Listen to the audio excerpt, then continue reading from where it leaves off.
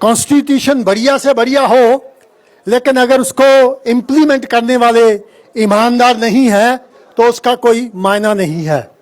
अब हमने ये देखना है कि जो भारत का संविधान है उसको इम्प्लीमेंट करने वाले ईमानदार हैं या नहीं हैं। यहां तक मेरा एक्सपीरियंस है। जब हम देखते हैं जो आर्टिकल 17 है उसमें छुआछूत खत्म कर दिया है, और कॉन्स्टिट्यूशन बने को कितने साल हो गए हैं, क्या भारत में छुआछूत खत्म हो गया है? तो क्या इंस्टीट्यूट जो कॉन्स्टिट्यूशन है वो इंप्लीमेंट हुआ है? नहीं हुआ। 51A जो धारा है उसमें कहा गया है कि भारत को साइंटिफिक टेम्परामेंट बनाया जाएगा। इसका मतलब तो आप समझते हैं ना। लेकिन जब सुबह उठते हैं जो 35-36 चैनल है वहां पे आपको भविष्य बनाया जाता है और भगवान से मिलाने की बातें की जाती हैं। क्या ये साइंटिफिक टेम्परामेंट पेश कर रहे हैं ये लोग? बहुत दुख की बात है। बाबा साहब ने आर्टिकल 340 बनाया कि जो यहाँ के ओबीसी लोग हैं उनकी जरूरत के लिहाज से जो प्रेसिडेंट है उसको हक होगा कि वो कमेटी बना के उनको रिजर्वेशन दे सकता है। नेहरू जी ने, मोरारजी देसाई जी ने उसको बाहर ही नहीं निकलने दिया, और जब बीपी सिंह ने निकाला तो उसको अपनी जो पोजीशन थी वो लूज करनी पड़ी। अगर आज मंडल कमीशन की वजह से जो 52% लोग हैं उनको सिर्फ 27% दिया गया, क्या ये इंसाफ है? ये कॉन्स्टिट्यूशन की इंप्लीमेंटेशन है? मेरे सिख भाई यहां बैठे हैं, ये पिछले 70 साल से बहुत शोर मचा रहे हैं। हमें कॉन्स्टिट्यूशन में बाबा साहब ने हमें हिंदू बना दिया है। अरे भाई, 2-4 लफ्ज पढ़ के तो देख लो।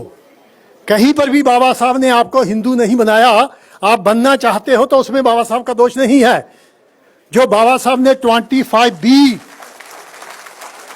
जो बाबा साहब ने कॉन्स्टिट्यूशन में 25B धारा लिखी है वो सारा पढ़ के सुनाने का मेरे पास टाइम नहीं है, लेकिन जो उसमें जो स्पष्टीकरण बाबा साहब ने किया है एक, तो वो क्या लिखते हैं मेरे सिख भाइयों, ध्यान से सुनना। अगर फिर भी समझ नहीं पड़ा तो बाद में मेरे से बात कर लेना। The wearing and carrying of kirpan, ये जो लफ्ज मैं ऐसे कह रहा हूं उसको बाद में बताऊंगा।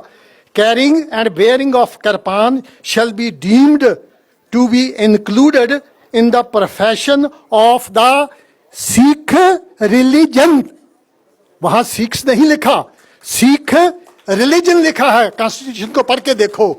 तो बाबा साहब ने कभी ऐसा नहीं कहा कि जो सिख है वो हिंदू है या बौद्ध हिंदू है।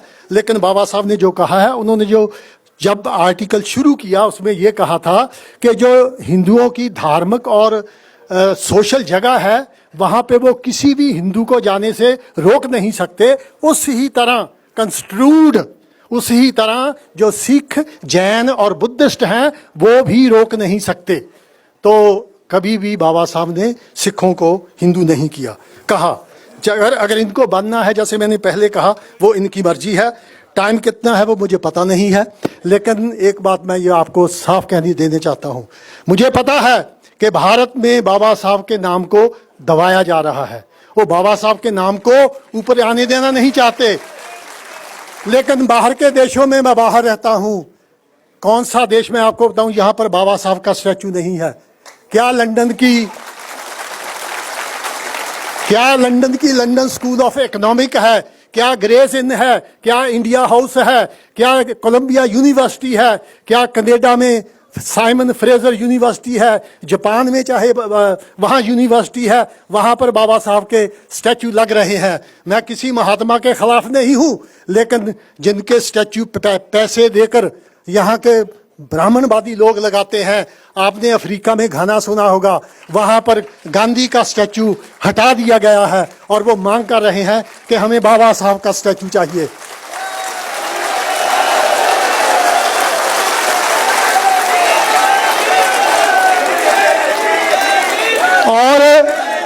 और अटावा यूनिवर्सिटी में वहां के स्टूडेंटों ने भी लिख कर दिया है कि ये जो गांधी का स्टैच्यू है यहां से हटाना चाहिए। हमारे मैं कोई राजनीतिक नेता नहीं हूं, मुझे वोट नहीं चाहिए। आप ताली नहीं भी बजाओगे तो मेरा मन खुश हो जाएगा। और अभी परसों हमारे इंग्लैंड के मैनचेस्टर शहर में 25 तारीख को गांधी का स्टैच्यू लग रहा है, तो हमारे भीम सैनियों ने वहां जाकर डेमोन्स्ट्रेशन किया कि गांधी का स्टैच्यू यहां पे नहीं लगना चाहिए। तो मेरे कहने का मतलब यह है कि बाबा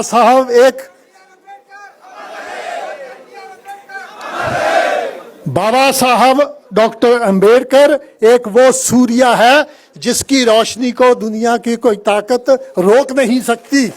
लेकिन जैसे हाथी चलता है, एक बुद्धि जिसकी मत बुद्धि होती है, वो एक डंडा सामने फेंक के हाथी को रोकना चाहता है। हमारे बाबा साहब की मूवमेंट तो हाथी की तरह है, जो उसके आगे डंडा फेंकेगा उससे वो मूवमेंट रुकने वाली नहीं है। आप यहाँ रणभूमि में काम कर रहे हैं, हम बाहर जहां पर भी अम्बेडकरी है। मैंने एक दिन गिना था, 35 देशों में 14 अप्रैल को मनाया जाता है, इंडिया से बाहर 35 देशों में। तो जैसा हमने बचपन में कहावत सुनी थी कि जो हाथी है वो जिंदा 1 लाख का होता है, मरने के बाद 1.25 लाख का हो जाता है। हमारे बाबा साहब हम में नहीं है। अब उनकी जो कीमत है, जो लोग उनको जानते हैं जब वो जिंदा थे, उससे कहीं ज्यादा है और ये आगे बढ़ेगी, आगे बढ़ेगी। है टाइम तो कुछ एक बात, 2 बातें कह के मैं बात खत्म कर दूंगा।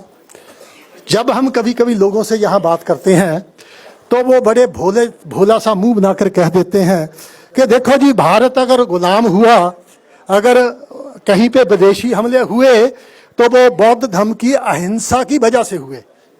ये बात बिल्कुल गलत है। हम चैलेंज करके कहते हैं कि जो हमारा आखिरी बुद्धिस्ट सम्राट था हर्षवर्धन, उसकी मृत्यु 647 में हुई। और भारत पे सबसे पहला हमला कब हुआ? 712 ईस्वी में मोहम्मद बिन कासिम ने पहला हमला किया। 65 ईयर, 65 कहते हैं ना, तो 65 साल बाद हमला हुआ। जब हमने 1000 साल राज किया, चंद्रगुप्त मौर्य से लेके हर्षवर्धन तक, मैं चैलेंज करता हूं, मुझे कोई आकर बताए कि कौन से विदेशी ने आक्रमण किया। किसी की हिम्मत नहीं हुई। तो ये 2 शाम पे लगाना गलत है। थाईलैंड एक छोटा सा देश है, मैं 4-5 बार वहां जा चुका हूं। आज तक चाइना ने हमला किया, जापान ने किया, लेकिन एक बुद्धिस्ट छोटा सा देश थाईलैंड है, उस पे उसको कोई गुलाम नहीं बना सका। क्यों? क्योंकि वहां पर भगवान बुद्ध की जो फिलॉसफी है वो काम करती है। वहां ऐसा नहीं है कि क्षत्रिय ने ही लड़ना है, बाकी जो 75% लोग हैं वो बैठकर देखेंगे। आपने वियतनाम को सुना होगा, दुनिया की जो नंबर 1 सुपर पावर है अमेरिका, 25 साल वहां पे लड़ते रहे, लेकिन जब उनका कहीं ठिकाना नहीं हुआ तो 25 साल के बाद जो अमेरिका है, पंजाबी में कहते हैं हड्डियों को थुक लगा के, वो वहां से भागे। वहां कौन थे? वहां हमारे बुद्धिस्ट भाई थे। तो 22-25 साल उनसे लड़ाई की। और जापान को आप जानते हो, first world war, second world war, जब तक हिरोशिमा और नागासाकी में अमेरिका ने बम नहीं फेंके तो ठंडे नहीं पड़ रहे थे। आज जो जापान है, जितनी भी इलेक्ट्रॉनिक टेक्नोलॉजी है, दुनिया में सबसे आगे है। क्यों? क्योंकि वो भी एक बुद्धिस्ट कंट्री है। तो ऐसी बात नहीं है, हम बड़े बहादुर हैं, हम बड़े योद्धे हैं। और यहाँ दिमाग की बात भी आती है ना, जब बाबा साहब ने कॉन्स्टिट्यूशन लिखा तो जो अपने आप लाइसेंस लेकर बैठे हैं दिमाग का, वो क्यों नहीं कॉन्स्टिट्यूशन लिख सके? क्योंकि हमारे बाबा साहब ही लिख सकते थे। हम, जैसा मैंने पहले कहा, हम बहुत ताकतवर हैं, हम बलवान हैं। हमारी ताकत को देखते हुए बाबा साहब ने कहा, जब बाबा साहब ने आरपीआई का सिंबल हाथी रखा तो बाबा साहब से पूछा कि हाथी का निशान क्यों रखा? तो बाबा साहब ने कहा कि ये मेरे लोगों के लिए एक मैसेज है कि वो भी हाथी की तरह बहुत बलवान है, लेकिन वो उठते उठते आधा घंटा लगा देते हैं। लेकिन अगर एक बार उठ गए और जो सामने वृक्ष आया, वो ऐसे नहीं जाएंगे ना ऐसे ही जाएंगे, उस वृक्ष को मसल के फिर आगे जाएंगे, इसलिए उसका निशान रखा है। तो बाबा साहब ने हमारी ताकत को देखते हुए क्या कहा? इंग्लिश में बाबा साहब ने कहा, यानी आपकी ओर, मेरी ओर इशारा करके कि they are sleeping volcano, they are sleeping volcano, the day they arise whole Asia will catch fire. तो बाबा साहब क्या कहते हैं कि जे मेरे लोग, मेरे नौजवान, जे एक सोया हुआ ज्वालामुखी है, जिस दिन जे उठ के खड़े हो गए, भारत तो क्या सारे एशिया में आग लगा कर रख देंगे। जय भीम, जय भारत।